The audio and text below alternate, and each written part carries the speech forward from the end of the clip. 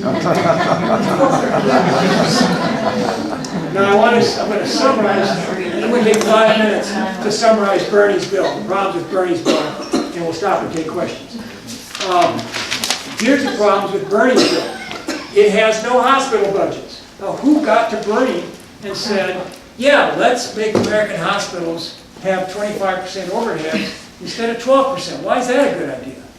Well, the reason I think it's a good idea is he got into his head that we need ACOs.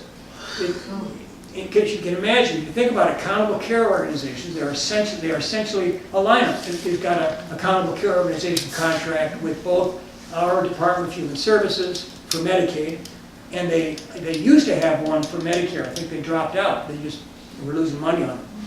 So what are they? A 14 hospital, 50 clinic chain. They are.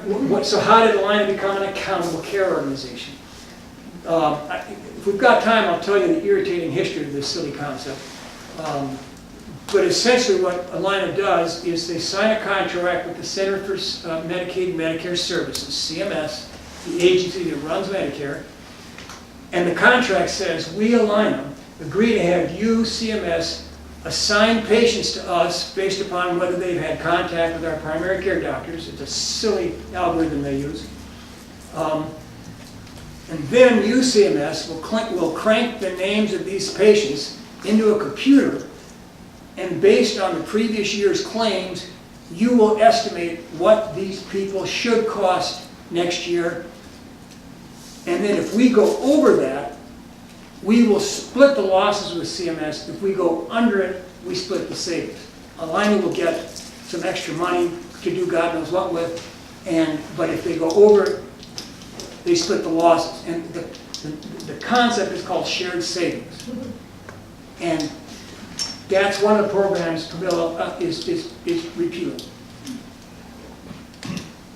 Bernie must have gotten it into his head that he wants lots of Alinas and Mayo Clinics and Essentia and Sanfords and all these chains.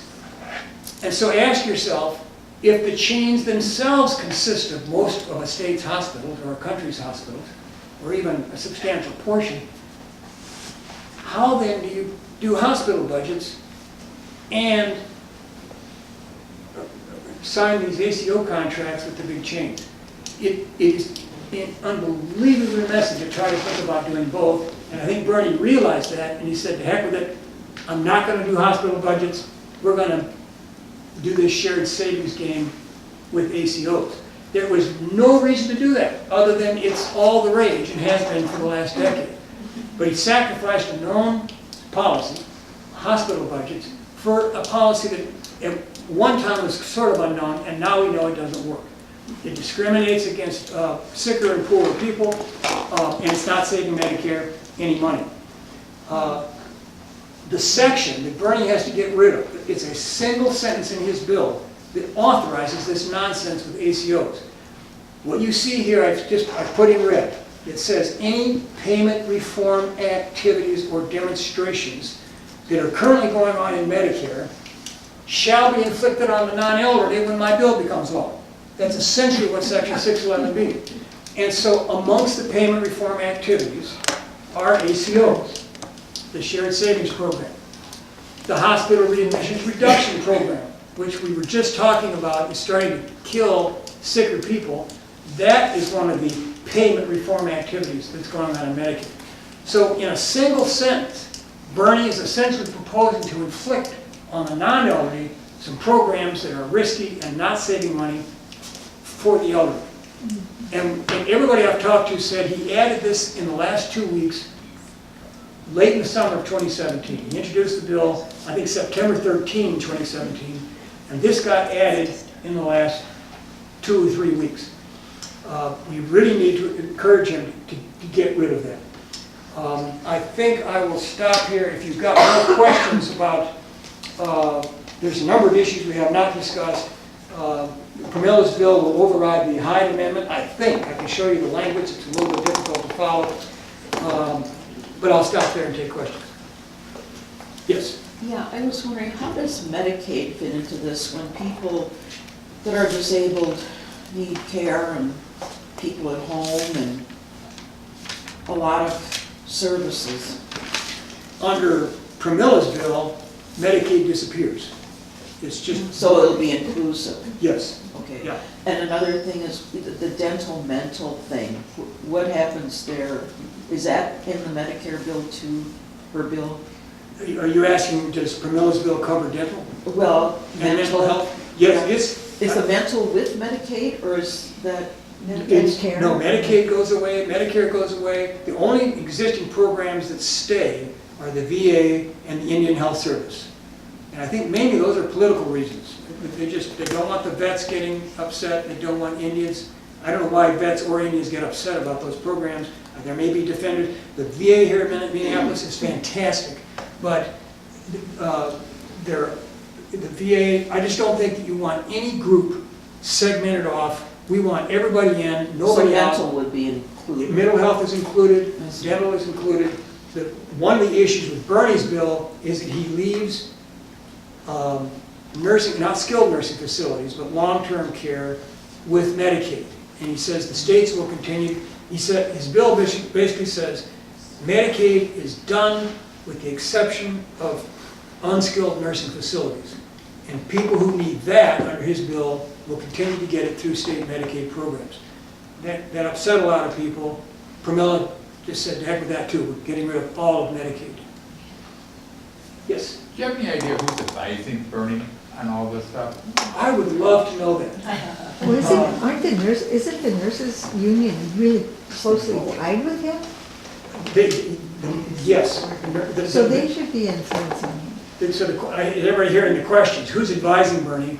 And you're saying the National Nurses Union is very close with him. That's absolutely true.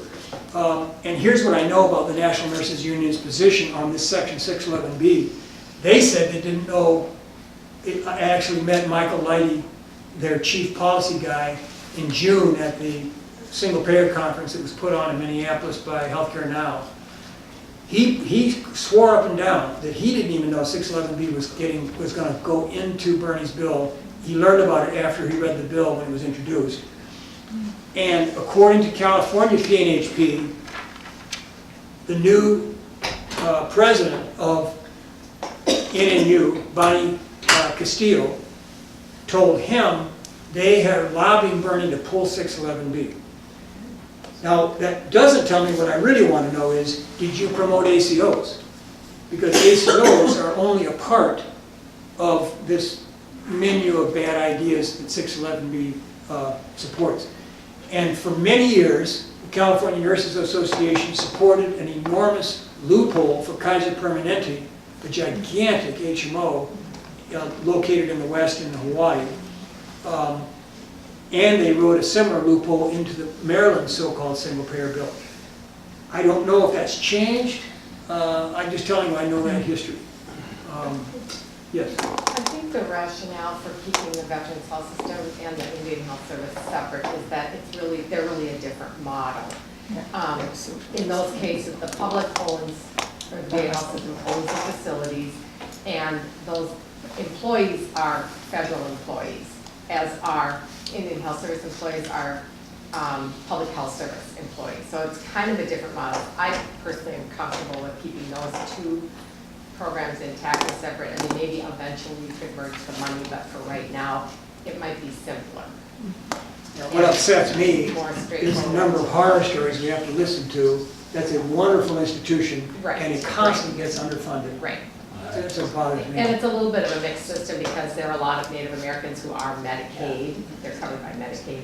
Also, a lot of veterans go to local facilities and the government pays for it. So they're all mixed. Yes, And that's interesting, we can talk more about that later, but I've recently heard that Native American health service is horrible. What's happening is so many of their facilities have closed, very similar to the rural hospitals They're and things, underfunded. that these people are literally dying because they have nowhere to go. So they have no access. So I'm thinking that we need to educate these people, and they would be on board with this.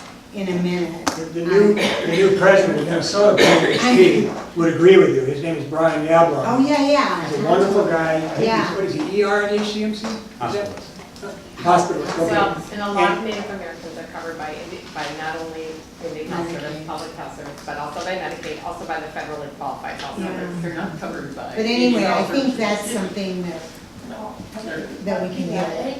Yes.